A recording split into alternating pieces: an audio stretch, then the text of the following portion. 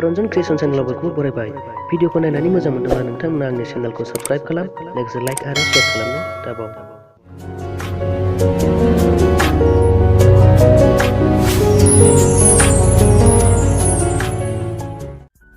दानिया फैदो बिदिब्ला जों दिनै दोंसे खन्थाइ खोनासंदिनि। खन्थाइनि मुं मोनथिखानाय मोननै गोरबो।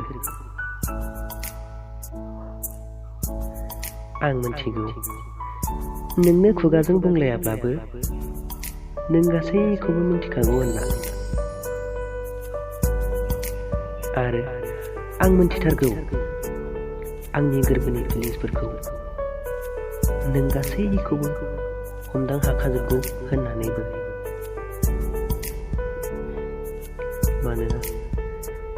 मानोना मेगनखौ दोनखोमानानै सानरोदाबादि नोजोरखौ आंनिथिं गावहरनाय आं नुखादों दे ददेरे नोंखौ, नों आंनो फोरमायाब्लाबो।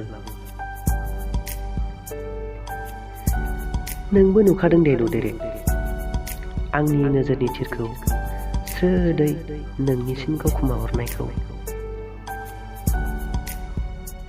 आं सानो खुगाजों बेखौ नोंनो बुंनांलायला, जायखौ नों मिन्थिखागौआनो।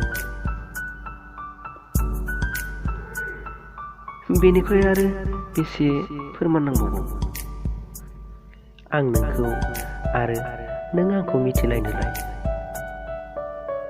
नोजोरनि सौग्रावनायावनोथ' नोंनि गुसथिया हादेयै लरे दावथ्रोदलायो।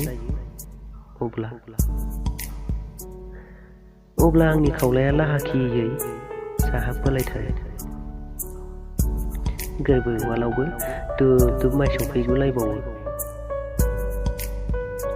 बेयावनोथ' आं मिथिथारो गोरबोजों नों जे गोथाङैनो मिथिथारगौ आंखौ,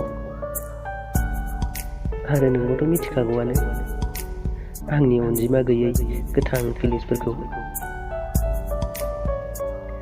नाथाय मिन्थिसेयावबो गनायथि सोदोब बिहुङासो मिरौ जिरौयै थावरिनानै थायो सानस्रि बिहुङाव। बेयो दि माब्ला गोथां जिउ मोनफिनगोनथाय। गोजोन्थों।